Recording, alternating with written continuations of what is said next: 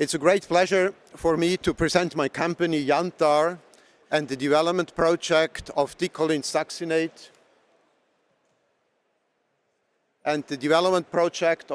succinate a new non-prescription drug for the treatment of chronic rhinosinusitis. The picture refers to the historic origin of succinic acid, which was first isolated from amber. In the next few minutes, I want to convince you that choline succinate represents a business opportunity in a very large OTC market. This is today's agenda. I will first say a few words about the company and the target indication, then outline the strategic plan, summarize the achievements accomplished so far, and then refer to the next step, including the exit. Jantar was established about 10 years ago in Oregon, Switzerland, with the sole purpose of investigating the clinical efficacy of choline succinate in chronic rhinosinusitis. Chronic rhinosinusitis is a non-infectious chronic inflammation of the nasal and/or paranasal mucosa. It is the second most prevalent chronic disease, inflammatory disease after arthritis, with an estimated prevalence of between 10 to 15% worldwide. The strategic plan that we pursued, we started, of course, as usual, with the preclinical development, which included chemistry, manufacture, analytics, and the tox studies. The compound choline succinate has GRAS status. It's recognized as safe and is admitted freely as food additive. That's the reason why we could bypass phase 1 and go directly into clinical proof of concept studies in man. Earlier this year, in June, we filed a PCT patent. A search report has already been obtained. Now, Jantar is looking for an international licensee for the further clinical development, followed then hopefully by exit. Now to the achievements. First to the drug substance. Choline succinate is a very simple compound of two common metabolites, succinic acid and choline. It's easy manufacture, very stable, has a long shelf life. The drug product is a conventional nasal spray with a microbiologically safeguarded dosing system. It's a 7% solution in water, hypertonic with an osmolarity between physiological saline and seawater. All analytical tests for identity and purity were developed. Choline succinate has central effects in the CNS. It potentiates insulin and insulin-like growth factor. This effect is responsible for its neuronal repair and recovery after stroke. It's in clinical use for this as post-traumatic treatment of stroke patients in Russia. In animal models, it has antidepressant and memory-improving effect in various animal models also of neuronal degeneration. In peripheral tissues, succinate activates and I guess also downregulates the so-called succinate receptor, which is currently a hotspot of biological research.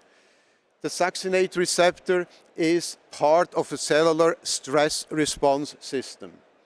It also indirectly enhances the endogenous levels of alpha-ketoglutarate, which is involved in various epigenetic mechanisms turning off and turning on certain genes. Together, these effects seem to be responsible for the observed inflammation control and the restoration of the epithelial barrier. Safety is no issue, as I already indicated. It has the GRAS status provided by the FDA. It's freely admitted as food additive. Its tolerability is comparable to that with sodium chloride. Now to the clinical case studies. The patients were allowed to use the spray ad libitum, that means as often as they wanted, but were required to use it at least twice daily, once in the morning and once in the evening. The duration of treatment lasted 2 weeks or longer. The assessment was done before and after treatment. I used 5 endpoints. The main endpoint is the standard tool in this type of research, SNOT-22. It's a clinically validated questionnaire to determine the intensity of the disease. Then we use 2 visual analog scales, one for nasal discomfort and one for headache. We measured the PNIF, which is the peak nasal inspiratory airflow, using a face mask measured in liter per minute to measure nasal obstruction. And last but not least, we used an olfactory test with smell diskettes. I skip the detailed clinical results and go directly to the statistical summary. As you can see here on this slide, the 4 first parameters all improved with a high statistical significance as indicated by the p-value.